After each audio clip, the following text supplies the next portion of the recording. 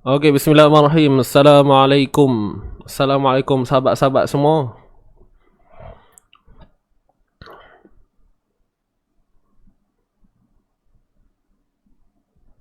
Okey, cuba respon sikit sahabat-sahabat, tuan-tuan puan-puan yang baru masuk. Ini adalah live yang kedua kita buat balik. Tadi kita delete. Saya pun tak pasti kat mana kesilapannya. Okey, cuba respon untuk audio dan video okey tak?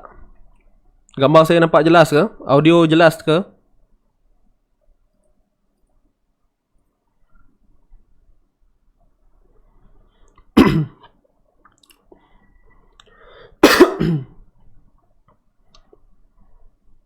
Apa kehenya tadi Ustaz? Kalau tanya apa keh, saya pun tak boleh nak jawab. Saya pun tak pasti kenapa jadi macam tu. Dan saya pun tak tahu berhentinya kat mana.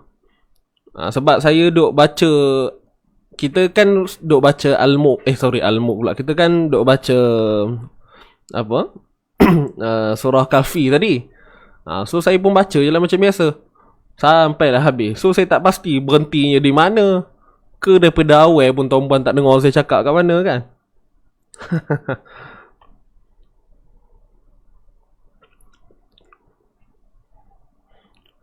So ada yang tanya kena share lagi sekali ke? Kena share lagi sekali lah.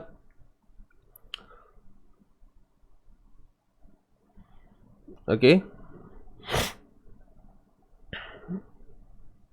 Minta tim-tim yang ada tolong masukkan balik link-link. Thank you. Tengah-tengah baca dah jam. Alright. Biasalah tu.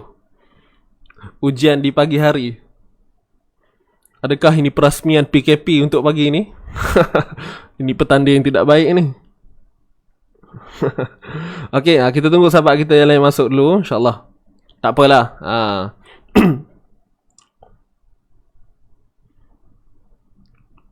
Al-Fatihah tak habis terus hilang. Okay. Ada yang kata tengah baca Kahfi tadi hilang.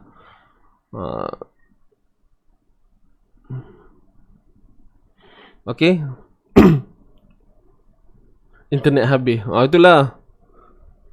Ni jarang jadi macam ni. Sebab pada saya punya software ni okay. Sebab dia ada indikator dia kan. Nak tahu dia okay ke tak. Dia macam tadi tu macam tiba-tiba je. Tapi biasa tuan-puan main dengan benda-benda software ni, benda-benda digital ni macam tu lah. Adalah benda-benda tak kena tu kan. Al-Fatihah terus hilang. Janganlah PKP kan pula ngaji ni Ustaz. InsyaAllah tidak.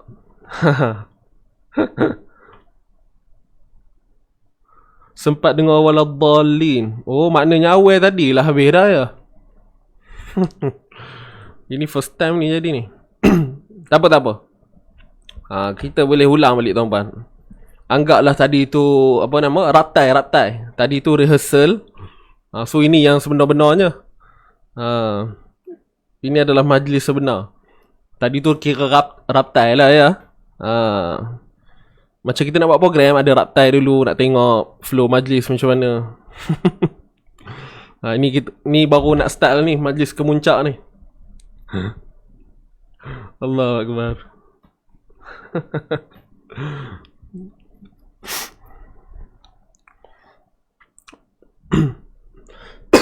Okay, tak apa. So apa-apa pun saya mohon maaf di atas kesilapan gangguan teknikal sebentar tadi. Jadi alhamdulillah yang dah keluar masuk balik pun ada. Jadi rasanya kita mula balik lah ya. Kita mula balik. Ustazah Fahtin Farhana pun ada, Masya Allah. Biasa buat program kan. Okey tuan-tuan puan-puan, insyaAllah jadi rasanya dah boleh kot kita mula semula. So anggaplah tadi tak ada live. Ni kita baru nak mula balik insyaAllah. So sekali lagi kita dahulukan dengan bacaan Ummul Kitab Al-Fatihah. A'udzu billahi minasy syaithanir rajim. بسم الله الرحمن الرحيم الحمد لله رب العالمين الرحمن الرحيم مالك يوم الدين إياك نعبد وإياك نستعين اهدنا الصراط المستقيم صراط الذين أنعمت عليهم غير المغضوب عليهم ولا الضالين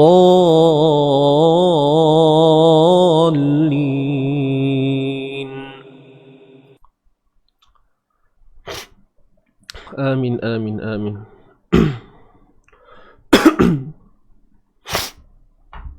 Baik, jadi sahabat-sahabat semua, insyaAllah kita boleh sedekahkan bacaan kita ini kepada mereka ya yang mungkin yang sudah tidak bersama kita di atas muka bumi Allah ini.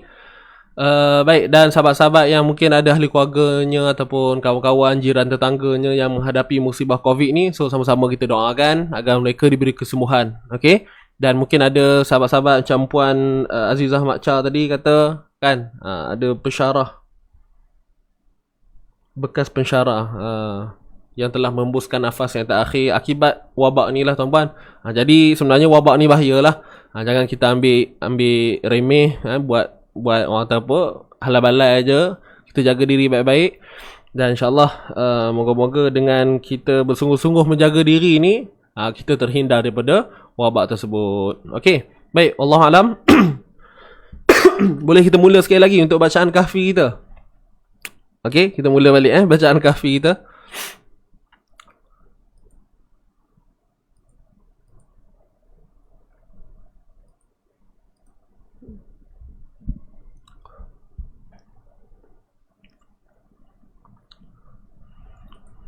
Okey. Ready semua insya-Allah. Apa-apa pun jangan lupa untuk tajdid niat semula, betulkan niat kita. Baik, kita mulakan. Sedia semua? Tarik nafas.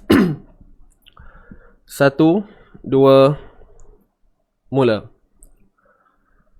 A'udzu billahi minasy syaithanir rajim. Bismillahirrahmanirrahim. Alhamdulillahilladzi anzala ala 'abdihil kitaba wa lam yaj'al lahu 'iwaja qayyiman liyunzira ba'san shadidan min ladunhu wa yubashshiral mu'minin ويبشر المؤمنين الذين يعملون الصالحات أن لهم أجرا حسنا ماكثين فيه أبدا وينذر الذين قالوا اتخذ الله ولدا ما لهم به من علم ولا لآبائهم كبرت كلمة تخرج من أفواههم إن يقولون إلا كذبا فلعلك باخع نفسك على آثارهم إن لم يؤمنوا بهذا الحديث أسفا إنا جعلنا ما على الأرض زينة لها لنبلوهم أيهم أحسن عملا وإنا لجاعلون ما عليها صعيدا جرزا أم حسبت أن أصحاب الكهف والرقيم كانوا من آياتنا عجبا إذ أوى الفتية إلى الكهف فقالوا ربنا آتنا من لدنك رحمة وهيئ لنا من أمرنا رشدا صدق الله العظيم صدق الله العظيم. Baik, Alhamdulillah. Selesai untuk bacaan Kahfi. Sekarang okey lagi Ada yang terkeluar lah. Ay Allah.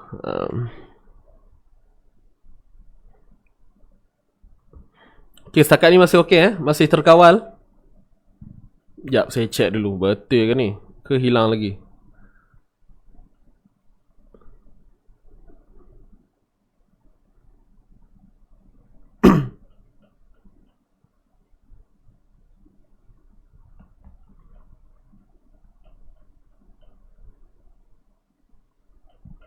Okey, Alhamdulillah.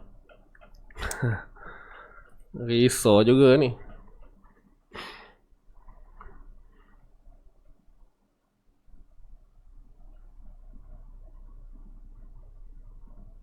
Okey, Alhamdulillah. Saya duk check tadi, okey setakat ni. Baik, tuan-puan. Jadi tanpa buang masa lagi, kita pun dah terambil masa lebih sikit tadi. Line clear. Okey. Mantap. Tak hilang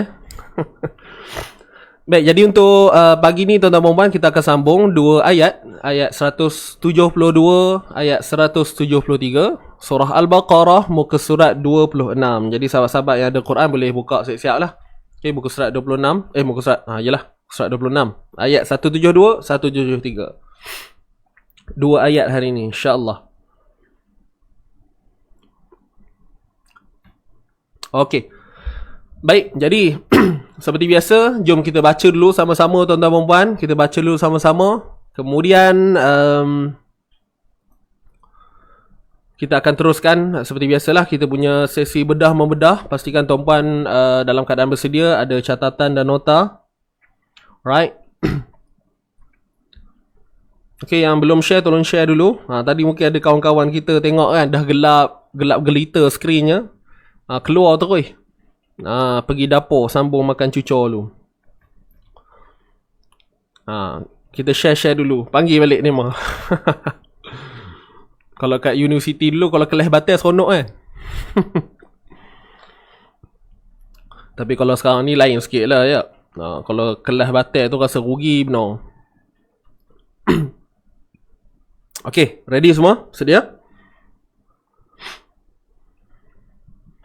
Kita baca dulu, tarik nafas. Kita mulakan. 1, 2, mula. A'udzu billahi minasy syaithanir rajim. Bismillahirrahmanirrahim. Ya أيها الذين آمنوا كلوا من طيبات ما رزقناكم واشكروا لله إن كنتم إياه تعبدون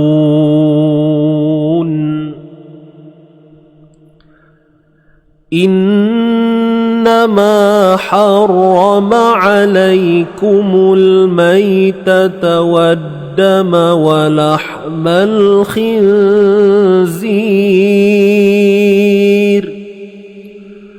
وما أهل به لغير الله فمن اضطر غير باغ ولا عاد فلا إثم عليه إن الله غفور رحيم صدق الله العظيم Sadaqallahul Azim. Okey, baik. selesai bacaan kita yang pertama. Jom kita teruskan untuk sesi bedah membedah tuan-puan. Okey, sesi bedah membedah, pastikan semua bersedia dengan peralatan bedah masing-masing. Okey, ready dengan alat bedah masing-masing. Yang baru masuk, ahlan wa sahlan, jangan lupa share. Siapa yang belum join grup Telegram, tekan link kat atas tu. Okey, kita ada link grup Telegram dan tuan-puan boleh rujuk lah dalam grup tersebut andai kata ada apa-apa sesi live ataupun program yang dijalankan oleh pihak Easy Ngaji sendiri, insyaAllah. Baik, yang baru pertama kali, selamat datang. Mungkin yalah PKP, work from home, sambil-sambil tu boleh dengar lantunan ayat suci Al-Quran untuk pagi ni. Okey, ready semua? Jom kita teruskan. أعوذ بالله من الشيطان الرجيم يا أيها الذين آمنوا كلوا من طيبات ما رزقناكم. Baik. Ya tuan-tuan perempuan, hadirin hadirat, ya kat sini kita kena baca dengan panjang. Okey, kita kena baca dengan panjang. Sebab apa? Ada simbol ombak rindu yang bertemu dengan hamzah. Kan, ombak rindu yang bertemu dengan hamzah, kan kita tahu kena baca panjang. Baik. Untuk hukum pula, kat sini kita tak sebut mad wajib muttasil. Kita sebut sebagai mad jaiz. Jadi tuan-puan mungkin ada yang ingat ini adalah mad wajib muttasil, tapi sebenarnya tidak. Ini adalah mad jaiz munfasil. Ya satu perkataan, ayyuha satu perkataan. Dan perkara ni kita pernah bincang dah sebelum ni. Rasanya minggu ni juga kot. Awal hari tu kan, hari Isnin kot, tak silap saya. Tapi baru lagi lah kita ada bincangkan tentang ini. Ataupun kita sebut sebagai mad jaiz munfasil hukmi, secara hukum. Tetapi dalam keadaan kita membacanya, kita tak boleh berhenti. Kita kena sambung sama seperti kita baca mad wajib muttasil. Masih ingat lagi? Ya. Panjangnya sama, 4 ataupun 5 harakat. Dan hukumnya tu mad jaiz munfasil. Kalau tuan-puan masih lagi dalam fasa level 1 kan, baru nak fahami, so tak apa. Yang penting kita ingat kalau ada simbol ni, simbol misai ni bertemu dengan hamzah, maka kita kena baca 4 ataupun 5 harakat. Ingat tu je. 4 atau 5 sahaja. Terpulang lah. Nak 4 ke 5. Tapi 4 lebih afdal lah. Okey. Ya ayyuhallazina amanu. Ayyu. Ya yang bersabdu, kita pastikan jelaskan bunyi sabdu tu lah. Ayyu. Jangan ayu je. Ayyu. Ayyu. Ayyu. Ya ayyuhallazi. Huruf ha terus masuk ke dalam huruf lam ini. Lam yang bersabdu ni terus masuk. Idgham syamsi. Okey. Masuk terus, masuk. Kemudian zi kat sini 2 harakat. Ni ada ya mad, sebelumnya huruf zal yang berbaris bawah. Okey.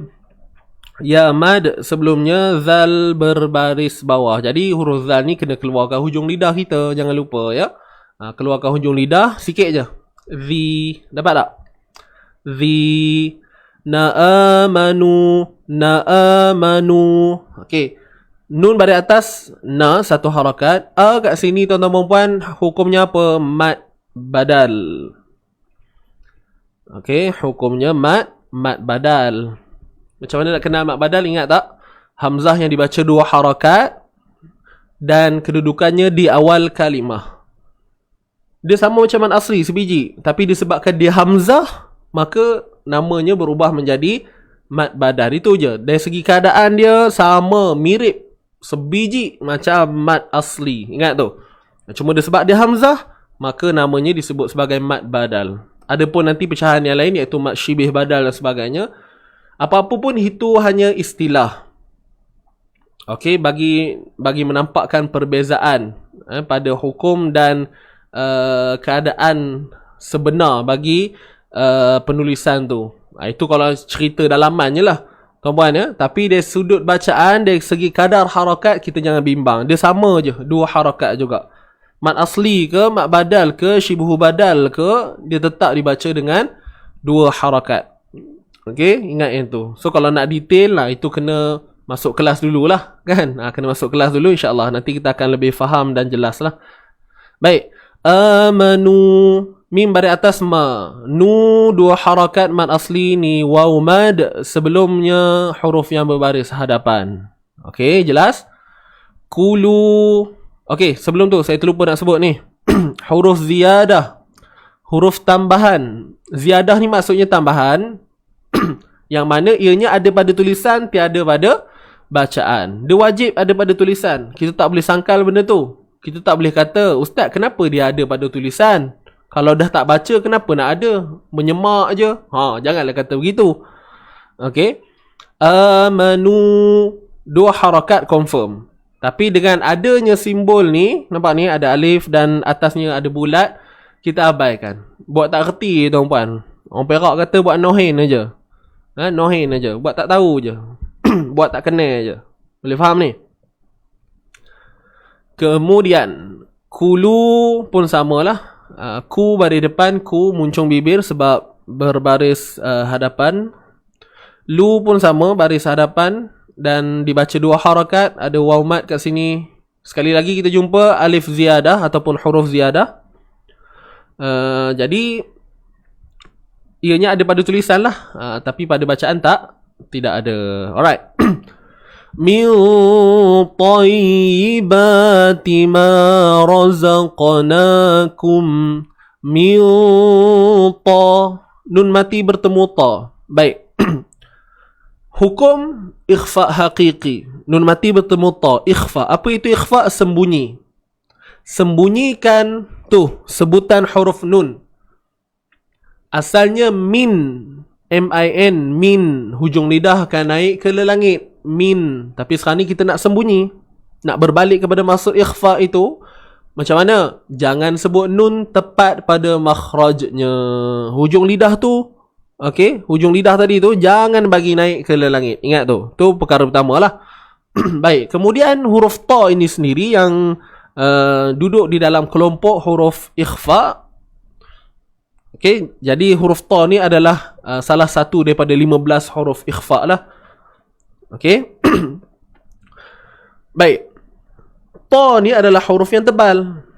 Ta adalah huruf yang tebal. Maka hukum ikhfa di sini ataupun dengung yang berlaku di sini perlulah dilakukan dengan tebal. Min tayyiba min ta. Nampak bunyinya agak terangkat sikit. Kalau nipis sangat min ta nanti jadi ta. Kan dia tak seiring, dia tak tally benda tu. So kena tebal sikit. Min ta. Nampak senang nak sebut ta. Dalam kita mendengungkan bunyi tu tadi, kita dah bersedia dah nak sebut huruf ta kat situ. Boleh faham? Clear Min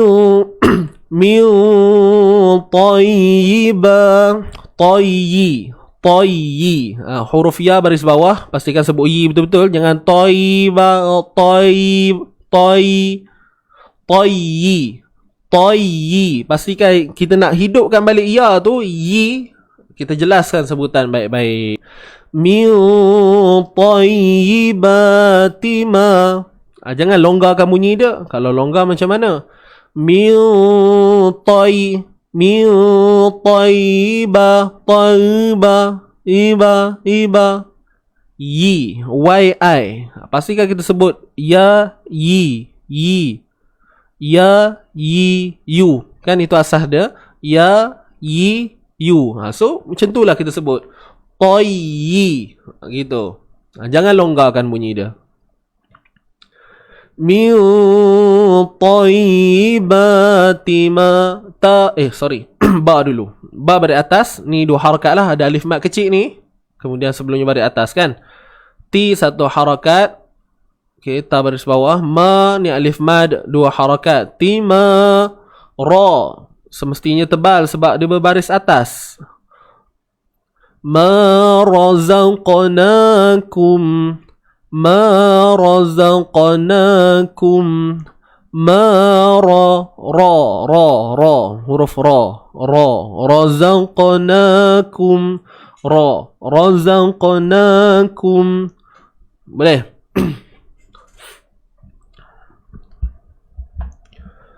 Baik, hunun huruf nun. Zaq. Okey, belum lagi kat sini. Ni tuan-puan, nampak ni? Huruf qaf yang bertanda sukun, qalqalah sughra. Okey, huruf qaf ni. So, huruf qaf ni huruf tebal. Cuma jangan saya nak tekankan di sini ialah pada kadar lantunan tu nanti bila kita nak buat kan. Qalqalah tu. Razaqa, razaqna, razaqa, razaqa, zaqa, zaqa. Tu praktikal dia. Jangan tekan sampai bunyi huruf hamzah, Jangan tekan sampai bunyi huruf hamzah. Razaqa, bunyi qa belakang tu kan. Razaqna. Boleh faham ni? Beza kan? Kalau razaqa ada bunyi belakang tu. Razaqnakum min tayyibati ma razaqnakum razaqnakum. Dapat tak? Kemudian naz, dua harakat ni alif mat sebelumnya baris atas. Kum matikan macam biasa, izhar jelaskan pada mim ni. Razaqnakum, kum, jangan putuskan suara pada mim ni kum, macam tu je. Bawa sikit. Okey, lirikkan dia sikit. Sikit sajalah bagi memenuhi sifat ataupun melaksanakan sifat gunnah asliyah. Okey. Bagi mengekalkan sifat dengung asli yang memang ada pada mim tu. Kum, bunyi kat hidung kan, pangkal hidung ni. Baik. Ya ayyuhallazina amanu kulu min tayyibati ma razaqnakum. Kita baca dulu sama-sama. Ready? Kita mula dengan isti'azah. A'udzubillah, terus masuk. 1, 2, mula. A'udzu billahi minasyaitonir rajim. Bismillahirrahmanirrahim. Ya ayyuhallazina amanu kulu min tayyibati ma razaqnakum. Okay, habis. Lena razaqnakum. Macam tu je. Teruskan washkuru. Baik. Huruf wa pada atas, terus masuk pada shin yang mati di sini. Washkuru. Washkuru. Bunyi huruf shin ni macam kita nak sebut shampoo, tu kan. Itu dia huruf shin. Dia adalah sifat dia, sifat tafashi kan. Tapi kalau kita hurai dia sudut istilah tu, mungkin ada yang faham, ada yang tak faham. So saya mudahkan, sama je macam kita sebut shampoo. Apa lagi? Macam kita nak suruh orang diam kan. Itu asas dia. Washkuru, washkuru, washkuru lillah, washkuru. Cuma tak perlu kita tekan sangat bunyi dia. Contoh wash kan, sampai menyembur-nyembur air liur semua tak mau. Biasa je. Washkuru. Macam kita baca apa lagi, kalimah syahadah kan. Ashhadu an la ilaha illallah wa ashha. Macam itulah. Sekadarnya. Washkuru lillahi in kuntum. Baik. Washkuru. Huruf kaf baris depan, ku, muncul bibir, ru, tebal sebab baris depan. Dan ada waw mat dekat sini. Washkuru. Kuru. Jangan kuru. Ru tak mau bunyi lemah sangat. Kuru. Bagi dia cun-cun je. Tahu cun-cun bunyi dia tu. Huruf kaf ada depan ku. Kuru. Ni alif ziyadah, tidak ada apa-apa fungsi. Lillahi in kuntum. Baik, tuan-tuan dan puan, di sini ada nun mati bertemu kaf dan nun mati bertemu ta. Nampak? Nun mati bertemu kaf, nun mati bertemu ta. Jadi kedua-dua ini okey. Kedua-dua ini adalah ikhfa haqiqi. Ikhfa haqiqi. Jadi ikhfa haqiqi ni saya ada terangkan tadi dah kat atas ni, ingat tak? Ikhfa maksudnya apa? Sembunyi. Kan kita nak sembunyikan nun mati tu. Macam mana nak sembunyikan?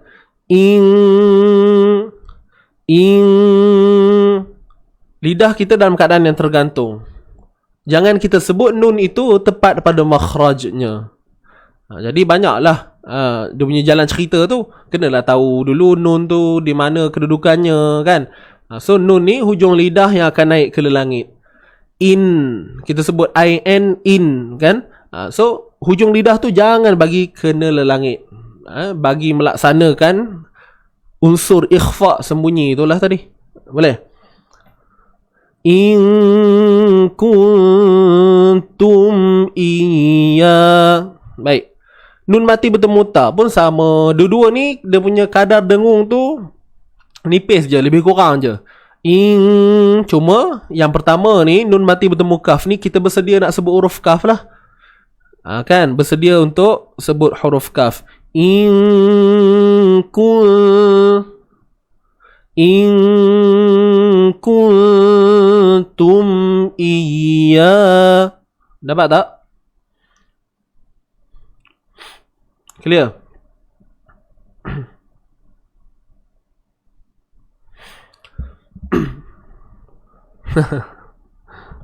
Ada yang semput. Panjang ke tadi? Ya ayyuhallazi sampai razaqnakum ni. Panjang. Allahu akbar. Tak apa, nanti try balik lah. Okey, mana tadi? In kuntum, jelas dua-dua ni ikhfa haqiqi, nun mati bertemu kaf, nun mati bertemu ta. Jadi ingat juga bila kita sebut je hukum ikhfa haqiqi ni tuan-tuan dan puan, dia mesti melibatkan unsur dengung. Jangan kita abaikan. Dia ada unsur dengung dia. In kuntum, kan gitu. Baik, mim mati bertemu hamzah, kita sambung mim mati bertemu hamzah, izhar syafawi. Izhar ni jelaskan apa? Jelaskan makhraj dan sifat huruf mim. Saya selalu sebut ni. Tuan-puan pun rasanya dah hafal dah tu. Okey. Kemudian kuntum huruf hamzah baris bawah tu pastikan ianya betul-betul datang daripada pangkal kerongkong kita. Jangan bunyi macam wujud tak wujud je. Faham maksud saya? Contoh, kuntum iyahu ta iya. Pastikan huruf hamzah tu bunyi apa? Iya. Sama lah macam Al-Fatihah kan? Iyyaka na'budu wa iyyaka nasta'in. In kuntum iyyahu ta'budun. Okey, dapat?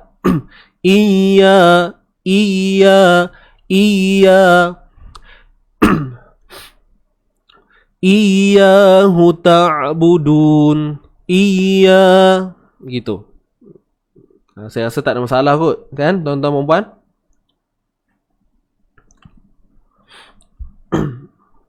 Baik.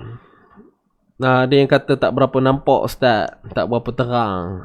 Kalau yang ada yang tak berapa terang tu boleh cuba pakai buka Quran kan, ambil buka Quran sendiri. Mungkin lebih jelas lah, kan?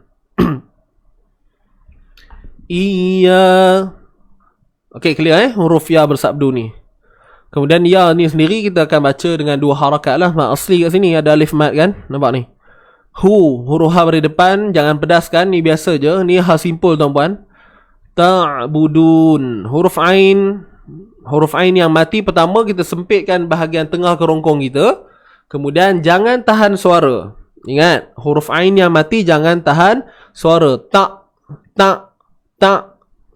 Bukan itu. Itu tahan tu. So bila kata jangan tahan macam mana? Ta'budun. Ta'bu.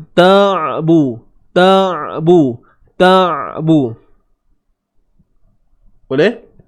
Tapi bila kata jangan tahan tu janganlah orang kata over pula sangat kan. Cuma awal-awal biasalah kan, waktu belajar nak buat tu mungkinlah over sikit buatnya tu. Sampai terbuka-buka mulutnya tu bukan, dia tidak sampai tahap tu tuan-puan. Biasa je macam kita sebut tadi tu. Cuma beza dia jangan tahan, jangan bagi terputus suara tu. Ta'budun iyyahu ta'budun. Beza dengan iyyahu ta'budun. Itu adalah sifat yang ada pada huruf ain, iaitu sifat bainiyah ataupun tawassut, yang mana suara tidak tertahan dan suara tidak terlalu terlepas. Dia tengah-tengah. Tak terlepas, tak tertahan. Itulah dia. Boleh? Baik, dun di sini huruf ba baris depan bu, dun ma'arid lis sukun. Dun ma'arid lis sukun. Boleh? 2 boleh, 4 boleh, 6 pun boleh. Washkuru lillahi in kuntum iyyahu ta'budun. Gitu. Boleh? Kita baca sama-sama. Washkuru, nah. 1, 2, mula. Washkuru lillahi in kuntum iyyahu ta'budun. Okey, selesai. Boleh? Boleh kot Kemudian innama harrama alaikumul. Innama nun bersabdu. Kena buat apa? Dengungkan dengan kadar 2 harakat. Wajibul ghunnah. Okey. Innama ma 2 harakat ni alif mad. Sebelumnya baris atas harra. Ha pedas. Okey, macam mana nak pedaskan dia? Ni, sempitkan pada bahagian tengah kerongkong. Ha. Boleh? Pelan-pelan lah buat kan. Yang mungkin ada yang tak biasa tu, kena take time sikit untuk praktis. Nanti sampai satu masa insyaAllah tuan-puan akan dapat hasilnya. Cuma kena rajin buat lah. Kan mungkin ada yang mengalami masalah, susah nak sebut ha pedas ni. Ustaz, susah lah, saya buat selalu. Kadang-kadang jadi, kadang-kadang tak jadi. Tapi banyaknya yang tak jadi daripada jadi. So kena buat macam mana? Kena praktis selalu. Boleh nak? Ha. Dia bukan ha. Itu dia punya tebal sikit kan. Ha, biasa je. Buka je mulut tu. Innama harrama alai. Baik, harra. Huruf ra bersabdu kat sini. Daripada ha pedas tadi. Harra. Ra tu kita akan baca dengan tebal lah. Okey. Ustaz, ma'arid sukun yang mati ni lah, adakah kena sebut nun dengan jelas atau macam mana? Kita matikan nun. Tuan Zaini. Iyyahu ta'budun. Pergi pada makhraj huruf nun. Macam kita baca izhar halqi tu, macam tu lah dia. Ta'budun. Bila kita berhenti pada nun tu akan jadi nun mati, betul? Nun tu akan jadi nun mati. So dia akan mati tanpa kita melihat huruf selepasnya. Kan, untuk keadaan ni lah. Macam sekarang ni kan, dia takkanlah jadi dengung. Kini kena jelaskan. Tapi bila kata jelas tu, kita kena jelaskan makhraj, kena jelaskan sifat lah. Sama je macam konsep yang saya kata tadi, jangan putus suara. Ta'budun. Tu stop terus kan. Ta'budun. Nampak terkejut. Ta'budun. Iyyaka na'budu wa iyyaka nasta'in. Ta'in. Huruf nun. Nun mati kan? Boleh? So izharkan lah, jelaskan kat situ. Boleh?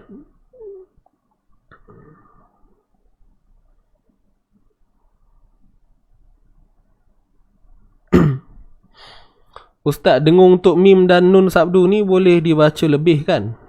Jika kita nak berlagu. Kadar dengung 2 harakat.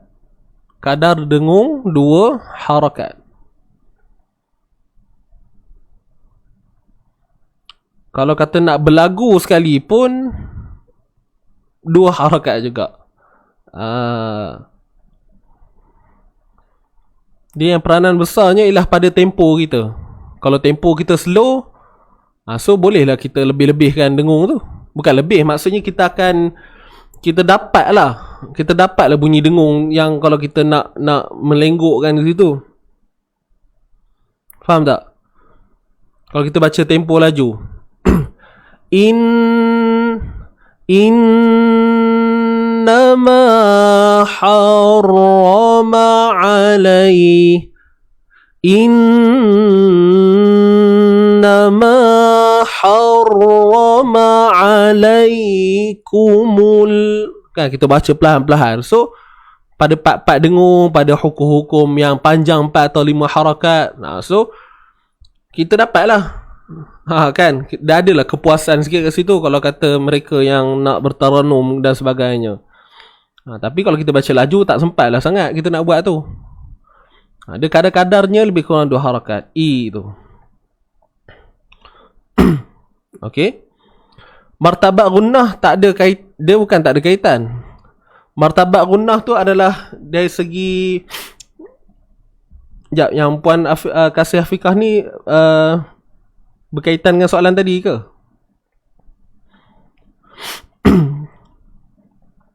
Kalau level yang martabat gunnah tu, kalau ada 5 tu kan, musyaddadah, tu mudghamah, dah ada 5. Kalau sebut tu kan pening pula ya.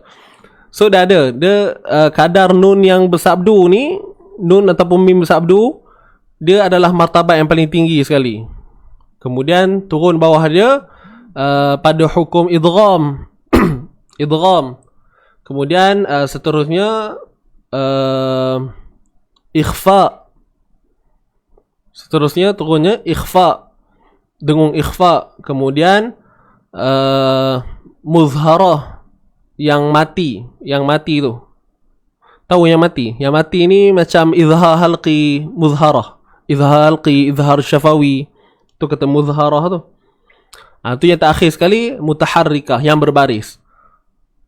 Ni mungkin pening sikit tuan-puan bila dengar benda ni. Tapi kalau kita faham, martabat gunnah ni bukannya kata beza dari segi kadar dia. Kadar dengung semua sama. Baik ikhfa, baik wajibul gunnah ke, idgham ke, sama. Kadarnya adalah dengan 2 harakat. Dan sebenarnya istilah istilah 2 harakat tu sebenarnya tak sesuai langsung dengan bab-bab dengung ni sebenarnya kalau ikut kan. Istilah apa pula tu Ustaz? Itulah pasal. Sebab tu saya kata kalau sebut ni mesti pening punya. Apa nama tadi? Saya sebut apa tadi? Lupa pula. Allahu Akbar. Baca komen terus lupa. Tadi last kat mana?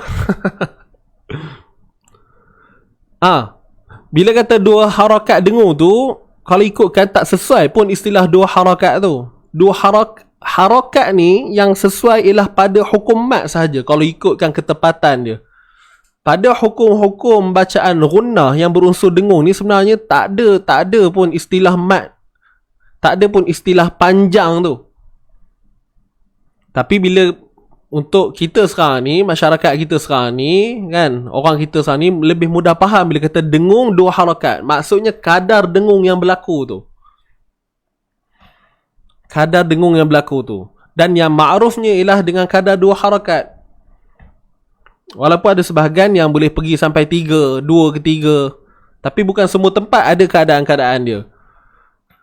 Cuma nak mudahnya, nak ringkaskan, bila kata dengung, kadarnya 2 harakat.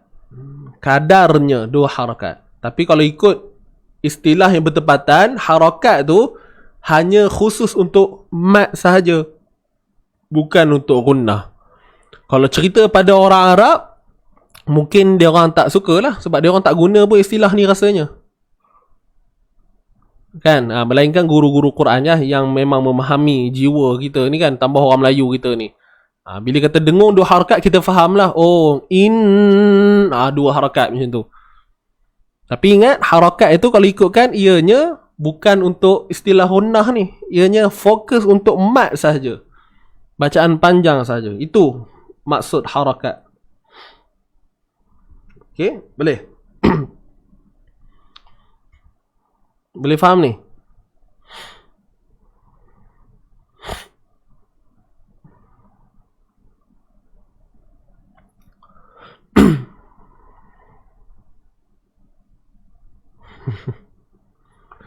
Jadi lagu ke tak lagu ke, tetap 2 harakat. Ingat tu.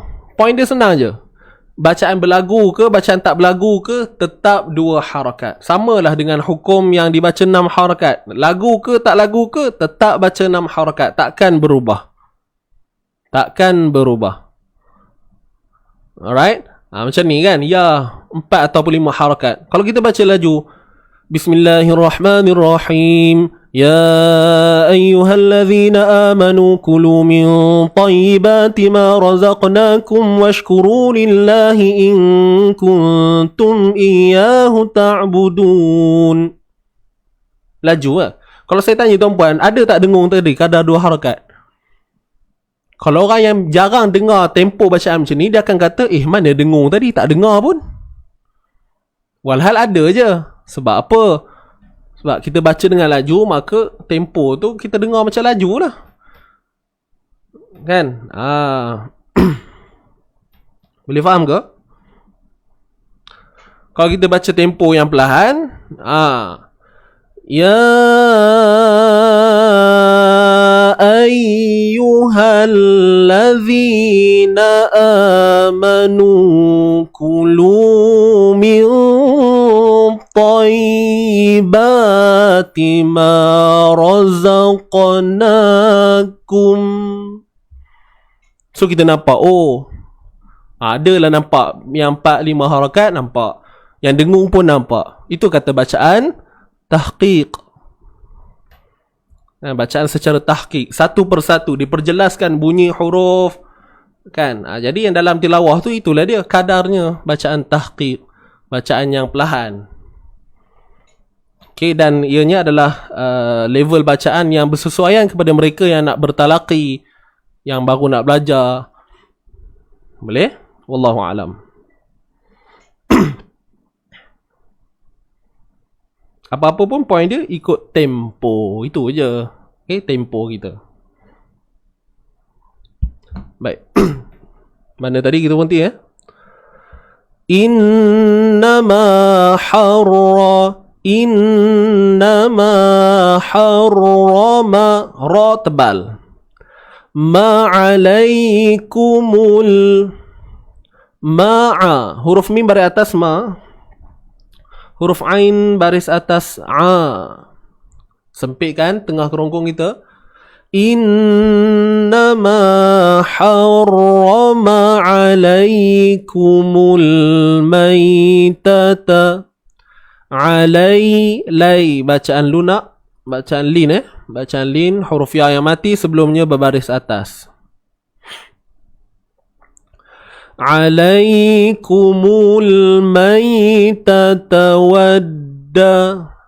Kumul huruf kaf bari depan ku, mim bari depan mu, mul, alif lam qamariyah kat sini tuan-tuan dan puan. Alaikumul maitata wad. Mai, lagi sekali kita jumpa bacaan lunak. Tatawaddama, tatawaddama. Ta. Dua-dua ni sama je bunyi je. Jangan risau. Tak ada yang lain. Walaupun bentuknya nampak berbeza kan. Tapi bunyinya tetap sama. Boleh?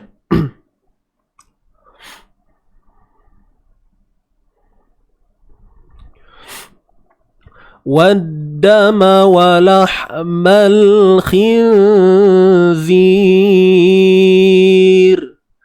Wadda, alif lam syamsiyah ataupun idgham syamsi.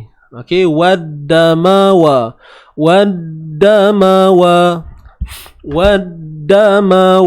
lahmal lahma. Ha mati kan? Lah mal alif lam qamariyah. Khinzir.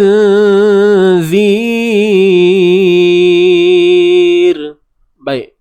Huruf kha baris bawah khi, nun mati bertemu zai. Nun mati bertemu zai.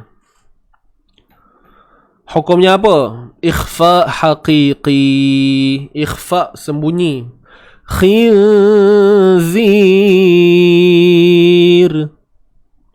Huruf ra di sini bila kita matikan, nak baca tebal ke nipis, tuan-tuan puan-puan? Ni soalan lah. Boleh?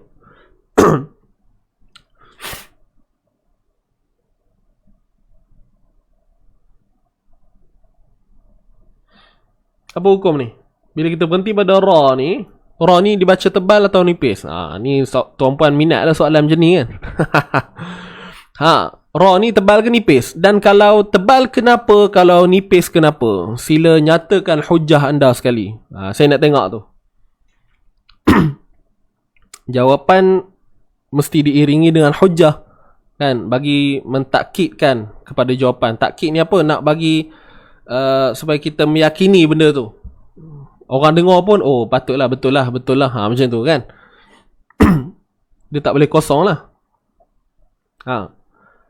Kalau tebal kenapa? Kalau nipis kenapa? Tak mau jawab nipis je. Tak mau jawab tebal je. Bagi hujah sekali. Tulis kenapa dia nipis. Apa syarahnya?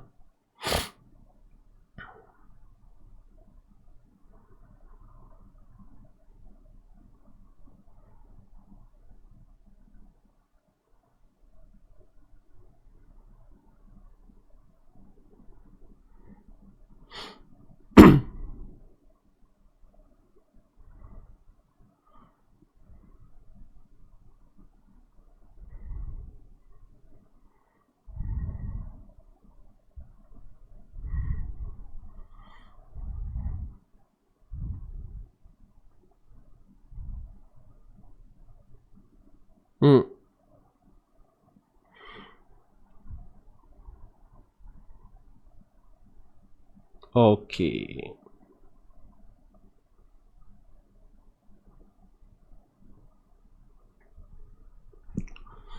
Nampaknya jawapan sahabat-sahabat makin berkualiti sekarang ni. Makin berkualiti.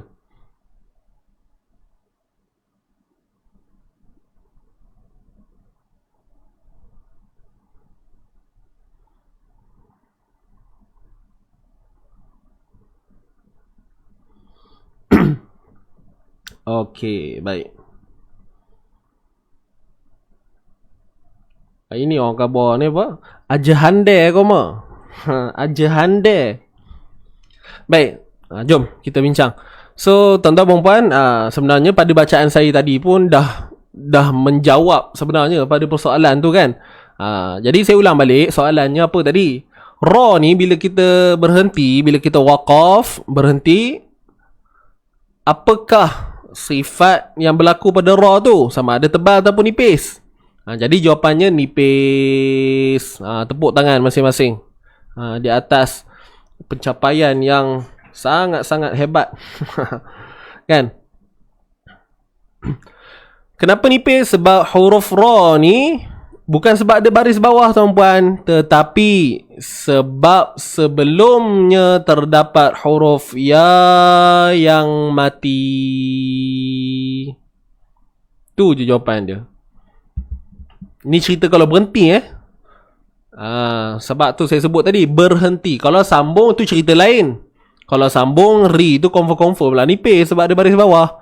Walahmal khinziri wa ma uhilla bihi li ghairillah. Nampak tak? Ri tu nipis. Kan?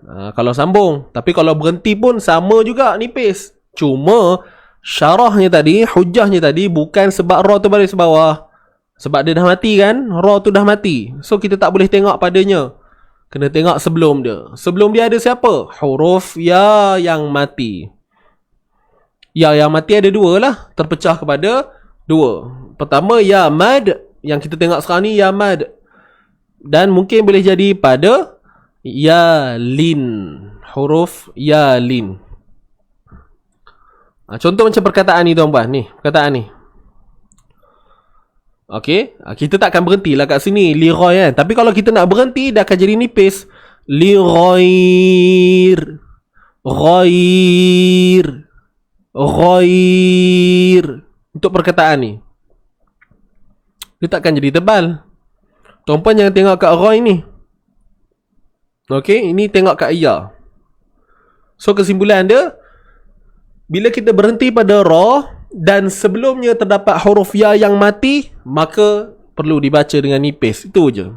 Dan ingat, ya mati itu merujuk kepada ya lin ataupun ya mad. Apa beza ya lin dengan ya mad? Ya mad tak ada simbol apa-apa, dia kosong saja. Kalau ya lin ada simbol. Simbol siapa? Simbol sukun. Macam ni, nampak ni? Ni ya mati lah ni. Ya mad pun ya mati, cuma tak ada simbol sukun. Kena faham tu. Wallahu a'lam. Terima kasih semua. Jawapan yang sangat baik. Nampaklah apa improvement syewah. Speaking koma. Boleh nak? Kita padam balik. So walahmal khinzir. Nipis sahaja. Khinzir. Nipis. Kalau tebal macam mana? Khinzir. Itu tebal. Boleh faham ni? Berilah soalan yang mencabar sikit Ustaz, biar berkerut dahi jawabnya. Anda confirm nak soalan yang berkerut dahi? Tak ada pun. Mana ada yang susah sebenarnya tajwid ni. Asas-asas tajwid ni tak ada apa yang susah pun. Dia dalam Quran ni, dia sebenarnya berulang je hukum-hukum tu. Cuma ada certain part lah yang mungkin agak pening sikit kan.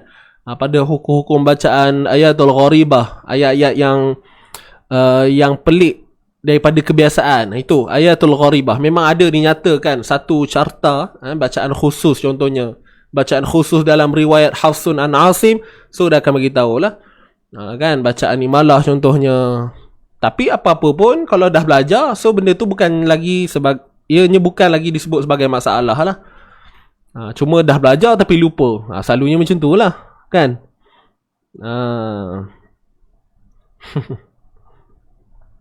Boleh nak? So kalau nak hardcore nanti, jom join seminar Easy Tajwid. Time tu tuan-puan kita akan nampak adalah benda-benda yang boleh pecah kepala sikit. Tajuk-tajuk ujung tu nantilah kalau dalam seminar. Pecah kepala tu. Macam dahsyat dengar bunyi tu. Okay, baik. Clear So, khinzir ni kita baca dengan nipis sahaja ujungnya. Boleh?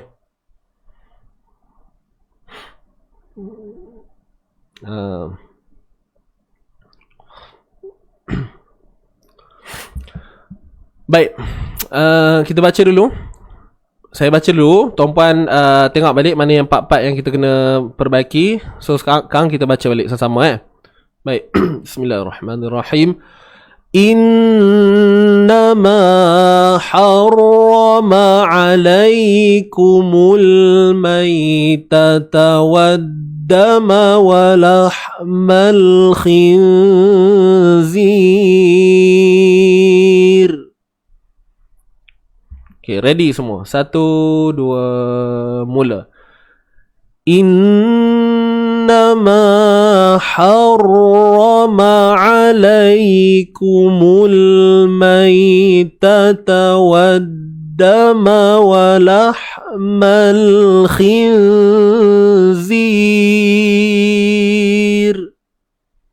Gitu. Boleh? Khinzir. Okey, ni khinzir ni tahu kan maksud dia? Khinzir ni itulah. Apa babi kan, binatang. Ni cerita pasal ni innama harrama. Benda yang haram kepada kita ni lah maitah, bangkai, wadam, darah.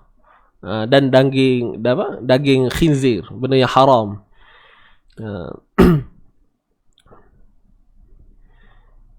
Boleh? Okey. Wa ma uhilla bihi li ghayri. Baik. Wa ma, huruf wa pada atas. Wa ma, panjangnya 4 atau 5 harakat sebab apa? Ni. Oops, kejap saya tukar. Ni. Ombak rindu bertemu hamzah. Wa ma uhilla bihi wa ma uhilla. Ha simple biasa je. Ha maruku tuan-tuan. Maruku. Selalu kadang-kadang sebut maruku, selalu kita faham ha simple lah kan. Ha maruku ni saja je. Saja nak buat nama lain daripada yang lain. Tapi point dia jangan pedihkan lah. Biasa je. Ha uhilla. Lam biasa je. Uhilla bihi, 2 harakat. Wa ma uhilla bihi li ghairillah. Li ghai huruf gha. Huruf gha ni pada atas gha. Ghairi. Ghairillah. Ghairillah. Ghai ni bacaan lin. Bacaan lin ni ya mati. Sebelumnya balik atas. Huruf ra balik bawah. Nipis ri. Rillah. Kalimah Allah kat sini kita baca dengan nipis. Sebab apa nipis? Sebab sebelumnya ada huruf yang berbaris bawah. Bukan pada ra kita tengok ni tuan-puan. Sebab dia baris dia. Sebab baris dia. Bukan sebab huruf, sebab baris. Huruf tu tak kisahlah huruf apa pun. Asalkan kalau dia baris bawah, maknanya automatik kalimah Allah juga dibaca dengan apa? Nipis. Li ghairillah. Li ghairillah. Mad 'arid lis-sukun. Mad 'arid lis-sukun. Boleh nak? Baik. Kuih tak? Tak ada lagi buat masa ni. Okey, yang ni tadi saya lupa nak sebut lah. Saya tengok ada orang komen baru saya perasan. Ni mad jaiz munfasil hukum kat sini. Wa ma uhilla ni mad jaiz munfasil, pertemuan huruf mad dengan hamzah dalam 2 kalimah. Ma satu perkataan, uhilla satu perkataan. Boleh? Kita baca sama-sama dulu. Wa ma sampai li ghairillah. 1, 2, mula. Wa ma uhilla bihi li ghairillah. Okey. Berhenti kat situ. Ini perkataan ni tuan-puan. Ini legend ni perkataan ni. Okey, saya minta sahabat-sahabat semua untuk perhatikan baik-baik Saya nak terangkan sikit secara ringkas macam mana kita nak sebutkan perkataan ni. Ada yang dah tahu, alhamdulillah, so okay. Ni saya nak bantu kepada mereka yang mungkin merasakan kesukaran ketika melafazkan perkataan ini. Jadi, cuba tuan-puan sebut dulu. Try dulu. Ambil lah dalam 2-3 kali sebut. Cuba. Fama ni. Fama. Dia kalau yang rasa susah sebut tu, dia mulalah tergeliat lidah, tergigit lidah. Lidah terkeluar masuk balik. Tak adalah. Lebih macam tu lah. Susah rasanya. Okay, boleh? Dah. So, tuan-tuan dan puan, famanil turrai famanil turra. Baik. Dia yang menjadi susah kat sini sebenarnya bukan sebab apa. Sebab huruf dad ni, itu yang pertama lah. Sebab huruf dad ni adalah satu huruf yang memang agak sukar sikit untuk disebut. Selagi mana kita tak kuasai dari sudut makhraj dan sifatnya dengan baik, memang agak sukar. Dan lebihnya praktikal lah. Lebihnya praktikal. Walaupun kita faham dari sudut teorinya macam mana pun, kalau kita kurang pada praktikal pun susah juga. Jadi dengar ni baik-baik tuan-puan. Pertama, huruf dad ni kena tebal. Okey, dia bersifat tebal. Okey, bersifat tebal. Itu dia yang kita kena faham. Dan tidak ada sifat lantunan. Tidak ada sifat lantunan. Tidak ada sifat lantunan. Ingat tu. Baik. Jadi, kita selesaikan dad dulu. Famanil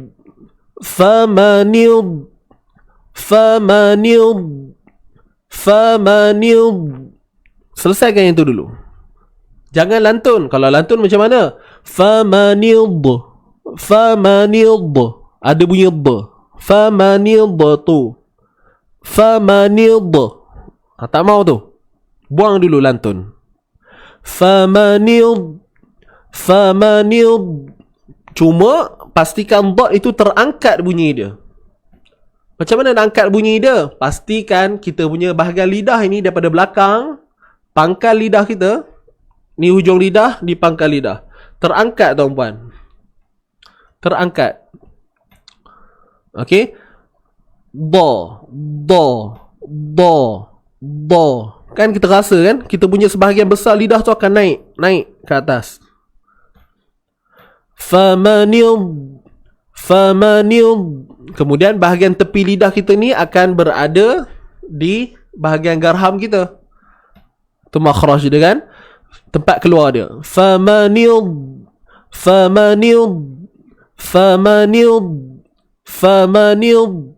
Okey, dah selesai kat situ. Ingat jangan lantun. Tak mau, tolak tepi. Alright. Kemudian huruf ta. Huruf ta baris depan. Tu. Huruf ta juga bersifat tebal. Baik. Huruf ta kat mana kedudukan dia? Kat mana makhraj huruf ta? Huruf ta ni tuan-puan, hujung lidah akan kena pada pangkal gigi. Huruf ta akan kena pada pangkal gigi. Pangkal gigi kat mana? Tempat tumbuh gigi. Gigi atas ni tempat tumbuh dia, pangkal. Makna kata, selepas sahaja selesai kita menyebut ataupun membunyikan huruf dad yang tepi lidah tu kan, huruf dad kan tepi lidah. Famaniltu, macam tu. Famaniltu, terus pergi pada makhraj ta pula. Jadi dalam proses nak change, nak tukar tu yang agak susah tu sebenarnya. Famanil turra.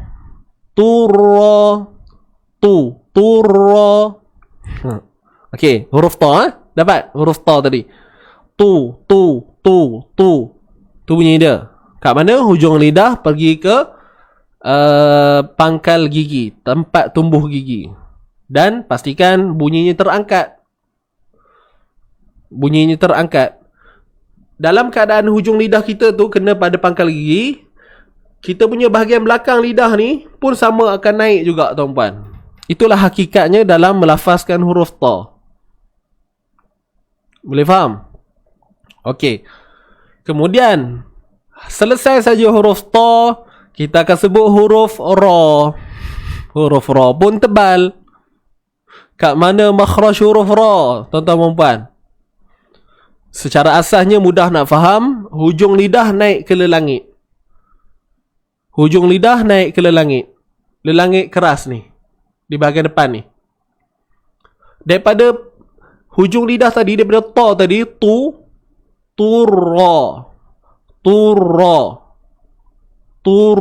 Cuba sebut, ikut saya. Turra.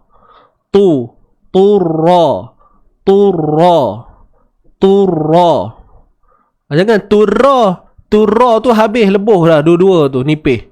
Tu jadi huruf ta, ra, dah nipis dah turra. Famanit turra ghai. Tak mau bunyi macam tu. Ya tak? Sebab tu saya jelaskan satu persatu ni, sebab dia agak rumit sikit tu. Famanit turra ghaira ba. Famanit turra ghai. Turra. Habis pula ra, ghain pula tebal. Nampak tu bersepah huruf tebal kat sini tuan-tuan. Huruf ghain, ra. Jangan kha pula, ra Daripada mana ni? Kerongkong kita pula. Itu. Famanid turra ghaira baghi. Famanid turra. Dapat tak ni? Daripada dot lidah kita tu. Famanidturra. Jadi tuan-tuan dan puan, sebab tu saya kata tadi huruf dot jangan lantunkan. Jangan lantunkan. Kalau kita tak lantunkan, pastikan kita hati-hati juga. Kalau kita pergi pada makhraj huruf dot, kalau kita pergi pada makhraj huruf dal, maksudnya kita tertukar dengan huruf dal ni, automatik bacaan akan jadi lain dan sifat turut berubah. Dia akan jadi suara yang tertahan. Sebab dot ni adalah suara yang terlepas. Famanil. Dan dia ada sifat istitalah dia. Apa benda pula tu Ustaz? Istitalah. Yang mana adanya pemanjangan di bahagian tepi lidah tu. Famanil. Bila kita sebut huruf dot tu, tepi lidah kita ni akan berada di bahagian garham tu, sepanjang tepi lidah kita ni. Famanil. Jadi istitalah ni, siapa yang pernah belajar sifat, istitalah ni khusus kepada anggota, iaitu lidah kita. Dan dalam masa yang sama dah ada sifat rakhawah, suara yang mengalir. Famanil. Kita jangan tahan dia. Tahan macam mana? Famanil. Itu kita tahan. Alirkan suara. Famanil turra. Baru mudah kita nak sebut ta tu nanti. Ini kira macam detail sikit lah tuan-tuan ya. Mungkin ada yang dengar pelik-pelik tu, nyebut tu istitalah, sifat rakhawah. Itu ada sifat yang daripada huruf dot. Dan yang tebal tu tadi adanya sifat isti'ala, sifat itbaq pada huruf dot. Jadi kalau saya main dengan istilah tu kita pening lah. Sebab tu saya lebih khusus pada cara macam mana nak buat tu. So kena jelas daripada makhraj tadi lah. Dia tak lari daripada benda tu. Tuan-tuan kena faham lah. Boleh nak? Boleh ni?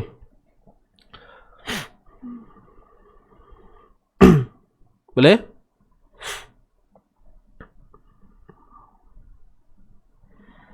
Nak sebut dot kena panjang sikit ke Ustaz? Allahu. Nak sebut dot kena tarik. Dia bukan tarik. Itulah saya sebut tadi. Baru tadi saya sebut tadi. Okey. Huruf dot ni ada sifat istitalah, iaitu dari sudut anggota, iaitu lidah kita tu, sepanjang tepi lidah tu. Famanil. Itu merujuk kepada anggota. Lidah kita tu tepi lidah ni kan lidah. Tepi ni. Famanil. Sepanjang tepi ni akan bersentuhan. Memberi tekanan di bahagian garham kita ni. Itu asas dia. Kemudian yang disebut sebagai rakhawah ni tadi adalah sifat yang mengalir, suara yang mengalir. Menunjukkan bahawa suara ni tak boleh ditahan. Macam mana tahan? Famaniup. Contoh macam siratal ladzina an'amta alaihim ghairil maghdubi alaihim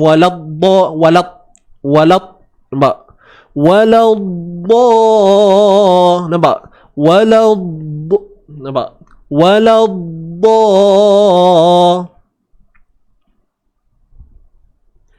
Dia, saya cerita ni tuan-puan boleh faham, saya yakin faham, cuma itulah dari sudut nak praktik tu. Okey, boleh tuan-puan?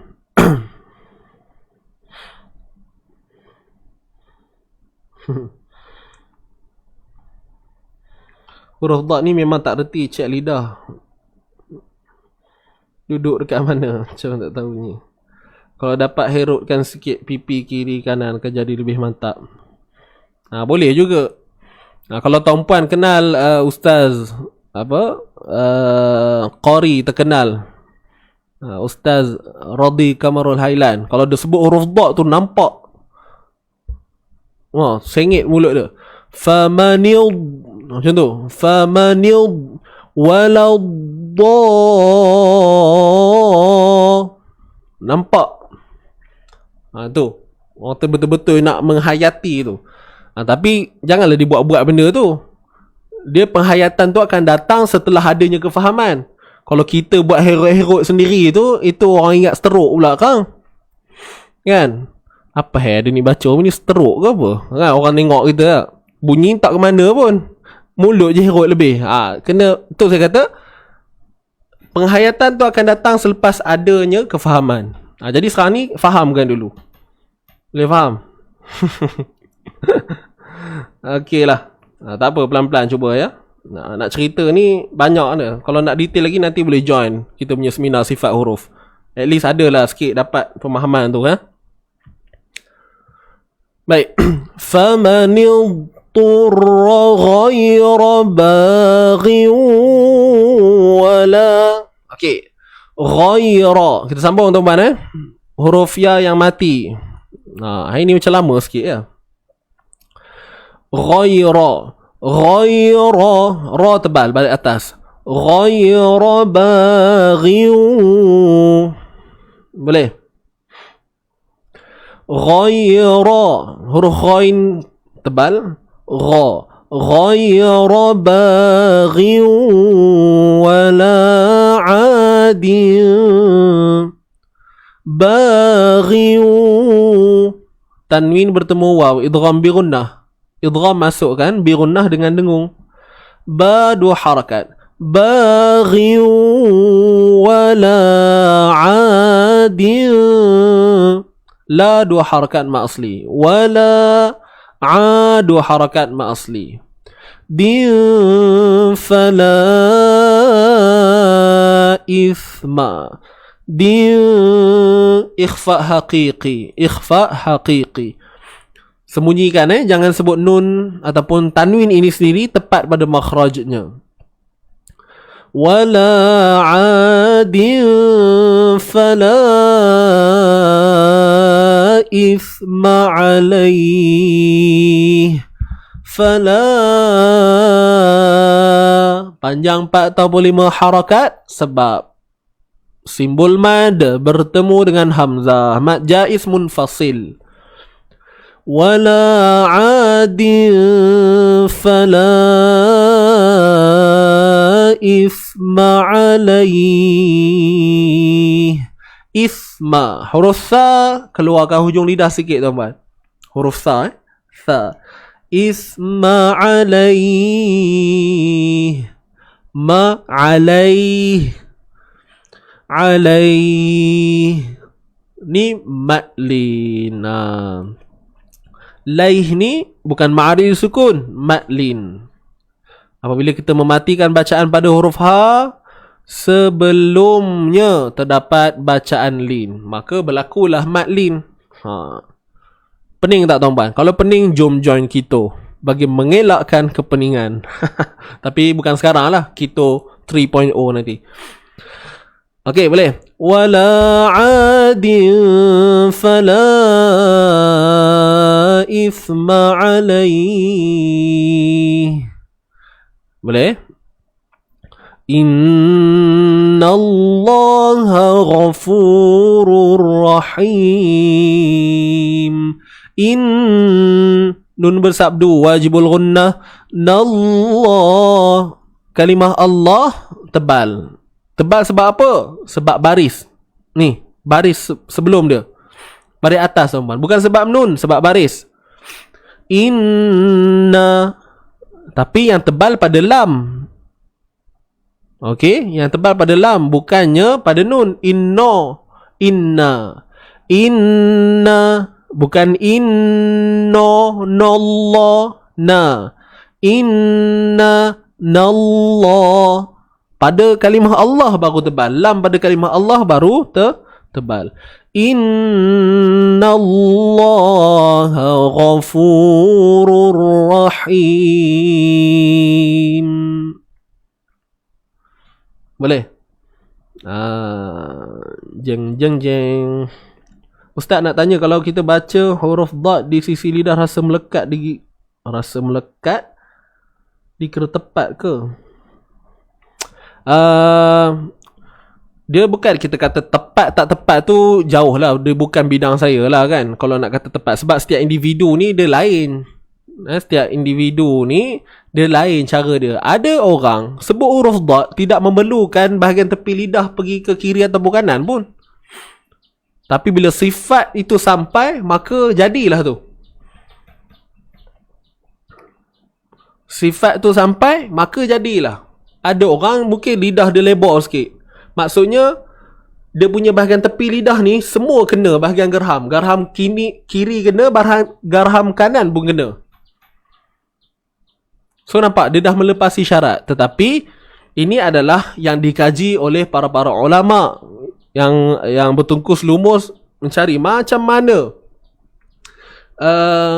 berlakunya dalam kita menyebut huruf-huruf hijaiyah ni. Jadi mereka buat kajian. So maka mereka menampakkan bahawa bila kita nak sebut dad ni, keadaan yang paling orang kata apa, paling mudah didapati ialah keadaan lidah pergi ke sini ke situ. Jadi setiap orang kita nak kata tepat ataupun tidak tu sebenarnya tak boleh lah kan. Ni tak tepat. Cuma kita boleh kata okey ni kena, kita bagi cadangan macam tu je lah. Jadi kalau macam puan, siapa tanya ni? Puan Dia kalau rasa bunyinya tu dah cukup, so alhamdulillah, okey. Kan? Sebab kita pun kadang bukan rasa benar pun. Lidah tu duduk ke mana? Saya sendiri pun bukannya tahu pun. Banyak pun ya. Saya pun tak tahu. Kita ni punya kedudukan ni sama tak lidah ni? Tak sama. Jadi kesimpulan akhirnya, kalau tuan-puan tanya guru-guru Quran yang lain ataupun orang-orang yang bidang Quran ni, dia akan cakap apa tau?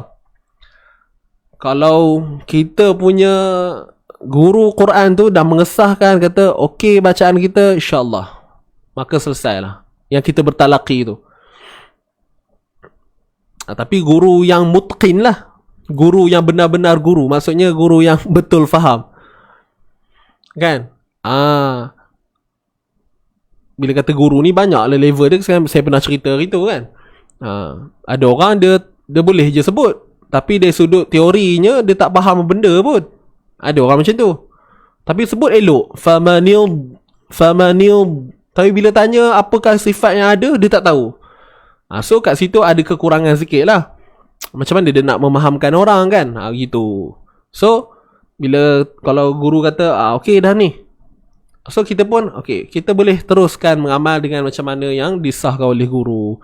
Itu antara kepentingan talaqi lah. Sebab saya dulu selalu macam tu. Saya duk tanya. Bila guru saya cakap kan, ujung-ujung tu mesti dia kata, tapi apa-apa pun tengoklah, kalau guru yang kita bertalaqi tu kata dah okey, maka okey lah. Setiap kali tanya soalan mesti ada selit waktu tu. So saya pun menggunakan pendekatan yang sama lah. Maknanya bila kita ngaji tu, kalau dah disahkan okey, dad ni okey, Kalau tak okey, kita beritahu lah. Okay, dot ni famaniyat, bunyi niyat. Bunyi macam tak betul parking lidah tu. So kita bagi tahu. So dia buat lagi. Sampai satu tahap bunyinya tu dah okey, walaupun lidah je tu tak sama macam yang sepatutnya yang kita nak, tapi bunyi tu dah orang kata apa?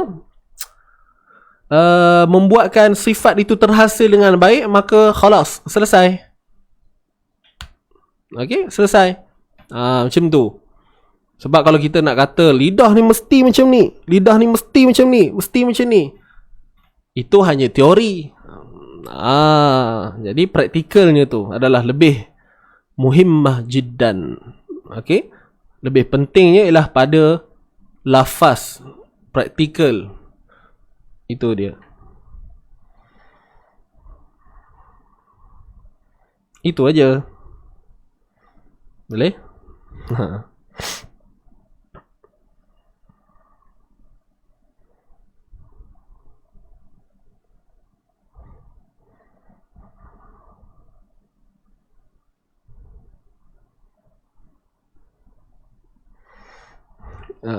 Tapi kena hati-hati jugalah. Kalau kata lidahnya tak ke kiri, tak ke kanan, pastikan bunyi jangan walada lah. Famaniturra, kan? Famaniturra. Apa yang saya buat ni ialah kedudukan huruf ta sama dengan dot. Famaniturra, tengah lidah dan tak ke mana-mana pun. Duduk je kat tengah tu. Famaniturra. Ni hasilnya berlaku. Famaniturra. Tapi bila kita duduk pada kedudukan dia, famaniturra. Beza kan? Famaniturra. Saya biar je lidah saya. Famaniturra. Asalkan ada bunyi sikit. Jadi kita tak nak yang ni lah. Yang asalkan ada bunyi lah. Ini yang kita tak mau. Famaniturra. Saya biarkan hujung lidah saya ada je kat situ. Kat langit ni. So hasil dia apa? Famaniturra ghairaba. Famaniturra. Bila saya pergi pada kedudukan dia, famaniturra. Saya guna tenaga yang sama, kekuatan yang sama, bunyi yang sama, tapi hasil berbeza. Faham kan? Itulah dia hebatnya makhraj was sifat. Bila kita faham baik-baik, insya-Allah okey lah. Boleh nak?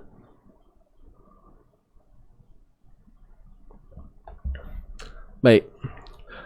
Sambung balik. Sikit lagi tuan-tuan. Ustaz, jangan keluar lagi. Ramai ada bosan dengar saya bercakap ni ya. Bila nak habis Ustaz? Duk cerita dot-dot ni tak habis. Biarlah, kita kau orang Melayu. Buat apa nak sebut? Tak adalah. Tapi ada orang macam tu. Saya cukup tak suka betul bila orang cakap macam tu. Terus terang lah. Sebab dia kata apa? Tak apalah, abaikan. Kan cerita lagi panjang lagi tak? Sambung lagi. Innallaha ghafurur rahim. Innallaha gha. Huruf gha yang pada atas gha. Fu dua harakat mak asli. Fu dua harakat mak asli. Rurra. Ghafurur rahim. Innallaha ghafurur rahim. Rurra. Tanwin bertemu ra. Idgham bila gunnah. Masuk rur. Rurra. Ra tebal. Bila gunnah. Tanpa dengung. Okey. Innallaha ghafurur rahim. Habis. Rurra, him kat sini ma'arid lis-sukun. Ma'arid lis-sukun. Boleh nak? Wallahu alam. Itu dia, ma'arid lis-sukun 246. Minta maaf tuan-puan, saya bukan emo tadi. Jangan ingat ustaz ni emo ke tak? Yang saya sebut tadi kan. Sebab ada orang dia tak suka. Dia tak suka bila kita syarah benda panjang lebar ni. Contohlah macam dot tadi kan. Ada orang dia macam, yelah, benda tu bukan menjadi demand kepada dia. Dia tak nak dengar yang tu, so dia menolak benda tu. Dan dia merasakan benda tu membosankan. Ada orang macam tu. Jadi Kalau dalam disiplin ilmu, saya terus terang sebagai seorang yang cuba nak bantu masyarakat di luar sana, bila saya dengar benda macam ni, saya terus terang wallahi saya memang tak suka lah.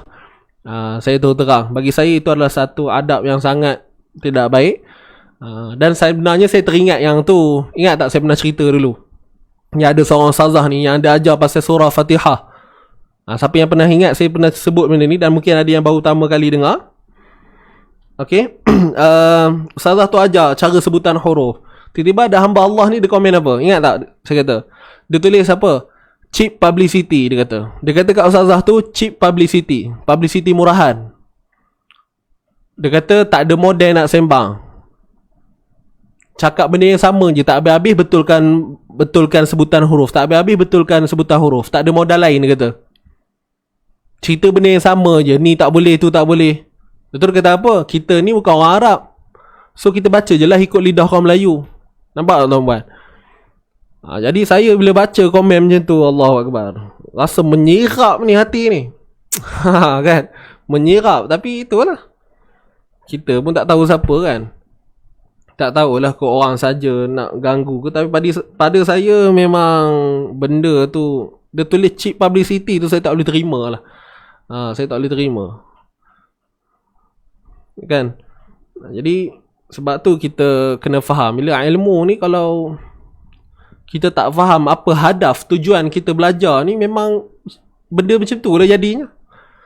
Kan? Kalau tak nak belajar tak apa, duduk diam. Jangan melemahkan orang lain yang nak belajar kan. Itu saya pantang sikit kat situ lah. Minta maaf tuan-tuan, saya bercerita ni sebab sajalah nak share kan. Geram jadi macam tu. Tuan-puan dengar pun mungkin geram jugalah kan. So InsyaAllah mudah-mudahan bila kita ada kehendak dalam sesuatu benda ni, kita akan dapat. Saya selalu sebut benda ni kan. Jika kita demand dengan benda tu, InsyaAllah kita akan dapat. Tapi kalau kita tak nak, kita hanya nakkan yang tu je. Aku nak belajar nun mati dengan tanwin je hari ni, so kita akan dapat tu je lah. Bila kita masuk bab-bab lain, kita dah rasa macam remeh, macam malas dengar, tak mau lah. Nampak tak? Macam kita baca buku, kadang-kadang kita baca buku, benda ni pun selalu jadi kat saya juga. So kita muhasabah sama-sama lah. Macam kita baca buku, kita nak baca tempat yang kita nak tahu je. Padahal dalam buku tu penuh isi, betul tak? Penuh isi. Tapi bila kita nakkan yang tu je, kita akan buka isi kandungan, kita tengok buka kan. Kita akan cari part tu je. Walhal banyak lagi pencerahan-pencerahan lain yang boleh kita tengok. Nampak tak? Kat situ membuktikan itu kelemahan kita manusia ni. Saya pun alami benda yang sama tuan-tuan. Nak belajar tu buka tang tu je. Kan? Jadi benda ni kita kena muhasabah sama-sama lah. Nak belajar ni janganlah kata macam tu kan. Itulah. Dia tak faham. Dia tak faham. Kata baca tu biarlah macam mulut orang Melayu. Buat apa nak dibetul-betulkan lagi. Asalkan baca. Nampak? Itu yang satu mentaliti yang sangat-sangat lemah. Bila kata tak apalah kan, buat apa nak belajar, asalkan baca, ada juga pahala. Nampak? Itu yang kata bila berilmu tanpa, bila kita mengamalkan sesuatu tanpa ilmu, itu yang kata benda sia-sia tu. Betul tak? Kan? Saya selalu sebut benda ni juga. Tuan-puan pun dah selalu dengarnya. Nak beramal dengan sesuatu, nak beramal dengan Quran, kena ada ilmu. Mana mungkin kita nak baca Quran, kita tak ada ilmu. Confirm hati kita pun tak tenang tuan-puan. Tuan-puan pun pernah rasa kot benda ni ya. Nak baca Quran, tapi tak tahu nak sebut macam mana. So di manakah yang dikatakan, tak apalah janji baca, lantaklah betul salah tu tak apalah. Betul? Tuan-puan pun mungkin pernah alami suatu ketika dahulu. Saya pun pernah alami. Macam mana nak baca kalau tak ada ilmu? So kat mana yang kata tak apalah asalkan baca, janji dapat pahala. Betul ke ada pahala? Nampak? Timbul lagi persoalan yang lain. Wallahualam. So terima kasih semua. Minta maaf banyak. Saya cerita ni bukan emo jangan risau. Ustaz ni marah ke? Tidak tak. Saya cuma teringat pula kes yang berlaku satu ketika dahulu. Bukan pada saya lah, pada guru Quran yang lain. So wallahu alam. Jana.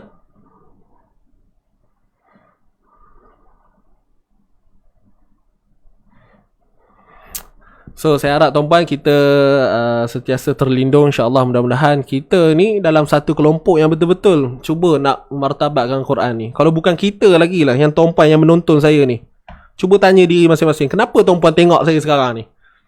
Kenapa tuan-puan sanggup habiskan masa untuk pegang phone dan tengok benda ni? Tuan-puan, satu je saya cakap, itulah yang disebut anugerah Allah. Tu je. Kalau Allah paling ke hati kita nak buat benda lain, tak apalah, dah lah tu. Buka lah Facebook, buka lah benda lain, tengok YouTube ke, buka rancangan masak-masak ke. Kan? Itu kata anugerah tu. Okey, udah lah tu. Kalau dibiarkan lagi ni mau sampai petang tak habis tuan-tuan. Okey, wallahu alam. So jom kita akhiri dulu kita punya live pada pagi ini. Kita baca sama-sama dulu. Boleh tuan-puan? Kita baca dulu sama-sama.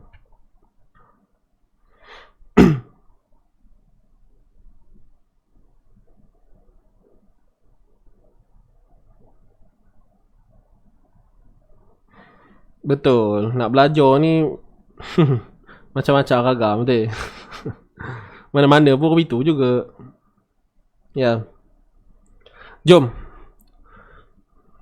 Moh kita, mak nak masak tu. Lekas ustaz, saya nak masak ni. Ikan tu dah nak hidup balik dah. Tadi dah mati, dah bubuh. Air asam dah gaui, tepung semua tak? Biar lama hidup balik. Gurau. Jom baca. Sedia 1. Ready semua, tarik nafas. 1, 2, mula. A'udzu billahi minasy syaithanir rajim. Bismillahirrahmanirrahim. Ya ayyuhalladzina amanu kulu min tayyibati ma razaqnakum washkuru lillahi in kuntum iyyahu ta'budun. إنما حرم عليكم الميتة والدم ولحم الخنزير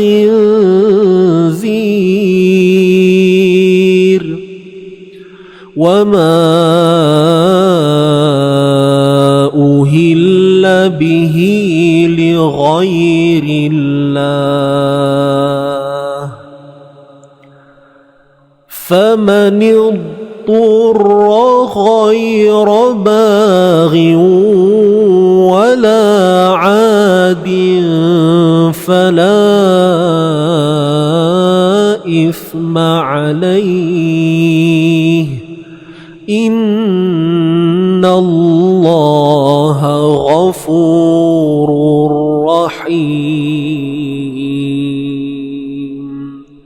Sadaqallahul azim. Baik. Kita baca sekali lagi tuan-tuan. Last kita baca tempo yang laju sikit. Okey, kita baca tempo yang laju sikit. Ready semua? 1, 2, mula.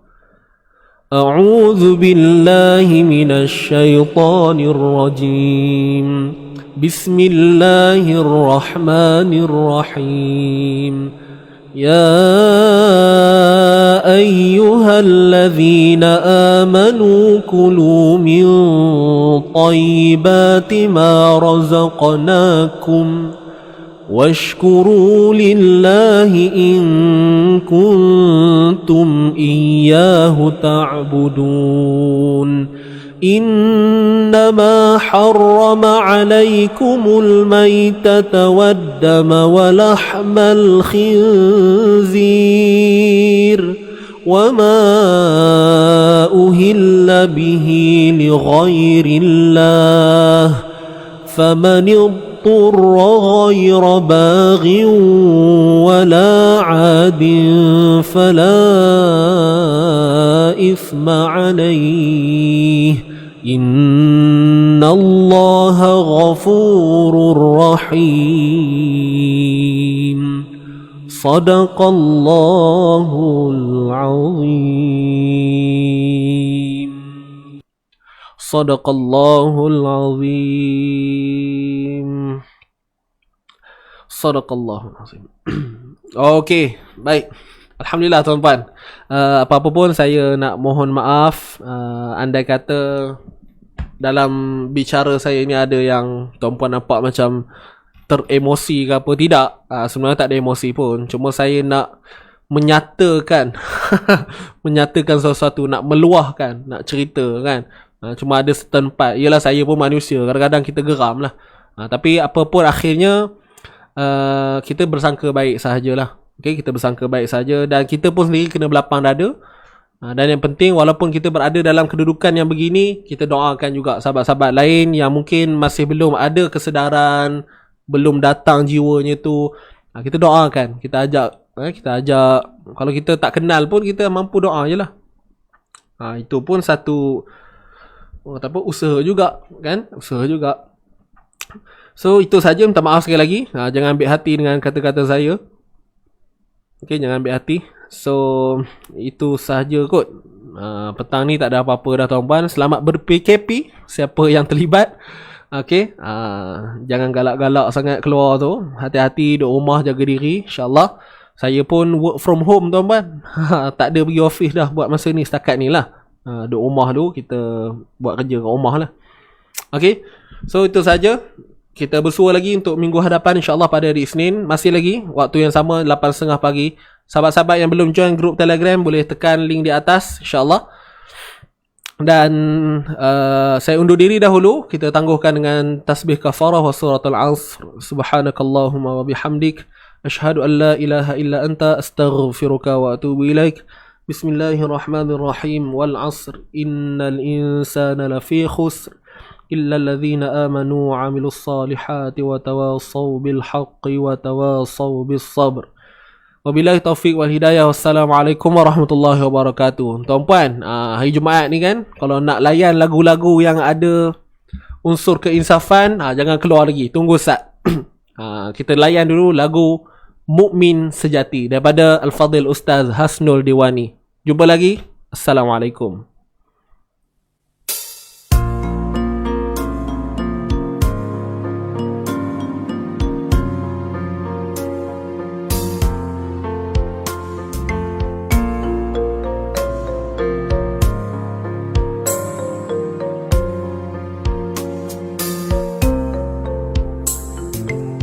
Orang mukmin yang sejati, jika terbuat dosa, hatinya luka punah, sedih dan derita. Jiwanya parah, tak boleh melupakannya sepanjang masa. Kalau ia anggota lahir, tentu nampak berdarah. Kalaupun sembuh dari lukanya, namun parutnya masih ada. Begitulah halus perasaan seorang hamba yang berdosa. Dia tak boleh melupakannya sepanjang masa. Bagaimana dia boleh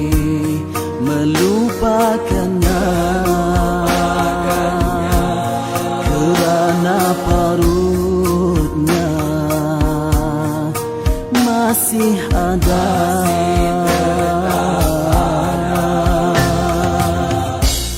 Artinya ingatannya pada dosa tak boleh dilupakannya, teringat sahaja jiwanya tersiksa, teringat sahaja hatinya derita. Payah sekali dia mahu melupakannya.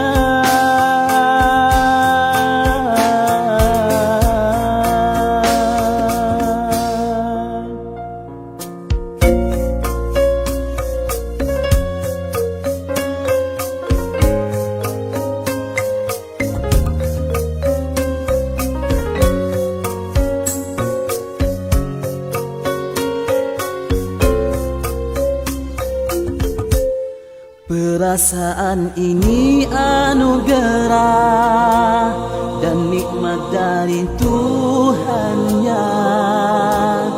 Takut dengan dosanya itu jadi syafaat padanya. Tersiksa dengan dosa, derita dengan kesalahan, dianggap oleh Allah itulah hukuman pada hambanya. Moga di akhirat kelak terselamat daripada siksa neraka.